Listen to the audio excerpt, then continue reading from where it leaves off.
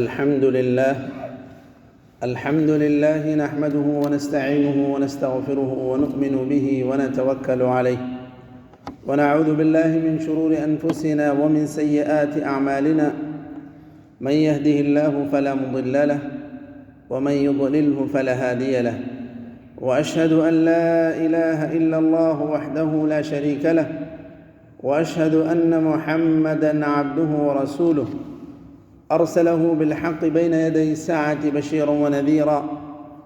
أما بعد، فإن خير الحديث كتاب الله، وخير الهدي هدي محمد صلى الله عليه وسلم، وشر الأمور محدثاتها، وكل محدثة بدعة، وكل بدعة ضلالة، وكل ضلالة في النار. أعوذ بالله من الشيطان الرجيم. يا أيها الذين آمنوا اتقوا الله حق تقاته ولا تموتن إلا وأنتم مسلمون.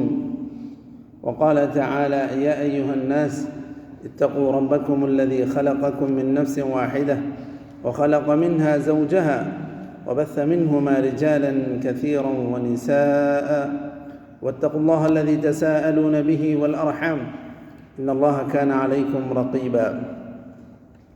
وقال تعالى: يا أيها الذين آمنوا اتقوا الله وقولوا قولا سديدا يصلح لكم أعمالكم ويغفر لكم ذنوبكم، ومن يطع الله ورسوله فقد فاز فوزا عظيما. أما بعد، إخوة الإيمان، أوصيكم وإياي أولا بتقوى الله في السر والعلن. وبعد، سنتحدث في هذه الخطبة حول موضوع موانع وعوامل الثبات على الطاعة. إخوة الإيمان، نلاحظ أن كثيرا من الناس ممن يحافظون على الطاعات في رمضان كالذكر والصدقة والتبكير إلى الصلاة يتركون هذه الطاعات ولا يثبتون عليها. فلنعرف ما هي الأسباب التي تمنعنا عن الطاعات، وما هي الأسباب التي تعيننا على الطاعة.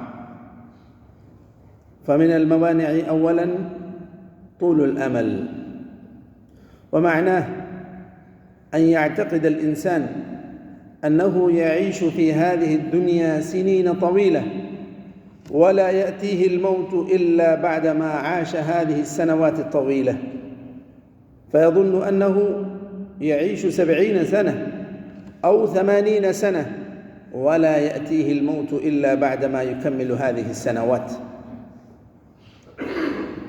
فيلهى عن الطاعة وينشغل في الدنيا. وقد قال الله تعالى: ولا يكونوا كالذين أوتوا الكتاب من قبل فطال عليهم الأمد، أي طال عليهم الأمد بينهم وبين تعاليم أنبيائهم، فتولدت عندهم القسوة. وقال تعالى: ذرهم يأكلوا ويتمتعوا ويلهيهم الأمل، أي يشغلهم طول الأمل عن الطاعة وعن الثبات على الطاعة.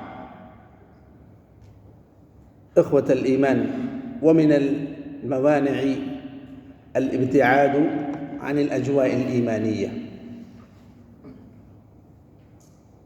النفس إن لم تشغلها بالحق شغلتك بالمعصية والباطل. وقد قال النبي صلى الله عليه وسلم: أحب البقاع إلى الله مساجدها، وأبغض البقاع إلى الله أسواقها. وما ذلك إلا لأن المساجد محل نزول الرحمات، والأسواق محل الغش والخداع والفجور والمنكرات. وحينما سأل قاتل 100: هل له من توبة؟ قال له العالم: نعم، ومن يحول بينك وبين التوبة؟ انطلق إلى أرض كذا وكذا فإن بها أناسا يعبدون الله فاعبد الله معهم، ولا ترجع إلى أرضك فإنها أرض السوء. مما يدل على أن البيئة تعين المسلم على الثبات على الطاعة. إخوة الإيمان، ومن العوامل للثبات على الطاعة أولا الدعاء إلى الله تعالى. قال تعالى: ومن يعتصم بالله فقد هدي إلى صراط مستقيم. ومن الأدعية التي علمنا الله عز وجل في كتابه العزيز: ربنا لا تزغ قلوبنا بعد إذ هديتنا وهب لنا من لدنك رحمة إنك أنت الوهاب. ومن الأدعية التي علمنا النبي صلى الله عليه وسلم: اللهم يا مثبت القلوب ثبت قلبي على طاعتك، اللهم يا مصرف القلوب صرف قلبي على دينك. فهذه الأدعية تعيننا للثبات على الطاعة. ومن العوامل للثبات على الطاعة قصر الأمل، ومعناه أن يعتقد الإنسان أنه يموت اليوم فيستعد استعداد ميت، فإذا أمسى شكر الله على السلامة وقدر أن يموت تلك الليلة فسلم فبادر إلى العمل. وقد قال النبي صلى الله عليه وسلم لابن عمر رضي الله عنه: كن في الدنيا كأنك غريب أو عابر سبيل. وقد قال النبي صلى الله عليه وسلم: ما لي وللدنيا إنما أنا كراكب استظل تحت شجرة ثم راح وتركها.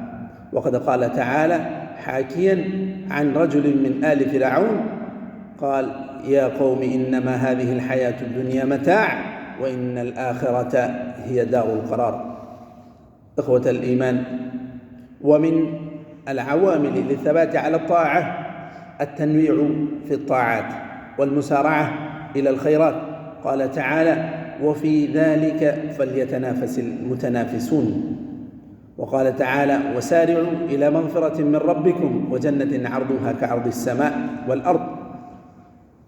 والنبي صلى الله عليه وسلم كان يحث الصحابة على تنويع الطاعات، وقال: لا تحقرن من المعروف شيئا ولو أن تلقى أخاك بوجه طلق فابتسامتك في وجه أخيك صدقة. وقال النبي صلى الله عليه وسلم: فمن لم يجد، قال النبي صلى الله عليه وسلم: اتقوا النار ولو بشق تمرة، فمن لم يجد فبكلمة طيبة. كلمة طيبة تسأل أخاك عن حاله وعن حال أهله تفرح به أخاك المسلم. والنبي صلى الله عليه وسلم سأل صحابته يوما: من أصبح منكم اليوم صائما؟ فقال أبو بكر: أنا يا رسول الله. قال: من عاد منكم اليوم مريضا؟ قال أبو بكر: أنا يا رسول الله. قال: من اتبع منكم اليوم جنازة؟ قال أبو بكر: أنا يا رسول الله. قال: من أطعم منكم اليوم مسكينا؟ قال أبو بكر: أنا يا رسول الله.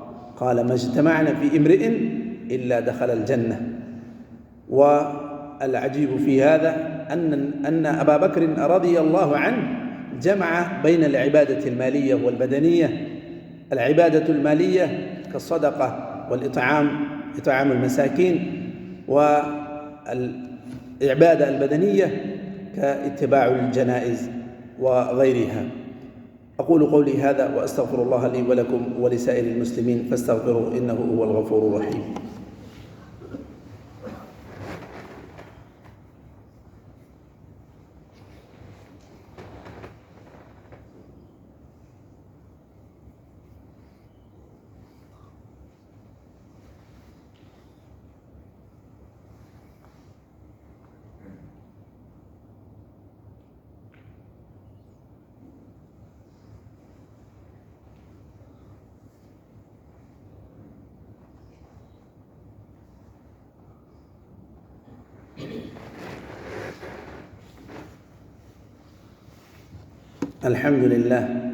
الحمد لله على إحسانه، والشكر له على توفيقه وامتنانه، والصلاة والسلام على رسوله الأمين وعلى آله وصحبه أجمعين. أما بعد، إخوة الإيمان، ومن العوامل للثبات على الطاعة التعلق بالمساجد وأهله. وقد قال النبي صلى الله عليه وسلم: ما اجتمع قوم في بيت من بيوت الله يتلون كتاب الله ويتدارسونه فيما بينهم إلا نزلت عليهم السكينة وغشيتهم الرحمة وحفتهم الملائكة وذكرهم الله في من عنده. فهذه الجوائز الأربعة يحصل لمن يتعلق بالمسجد وأهله ويتلو كتاب الله تعالى في حلق العلم. إخوة الإيمان، ومن العوامل للثبات على الطاعة مطالعة قصص الأنبياء والسلف الصالح، لأن فيها ثبات على الطاعة.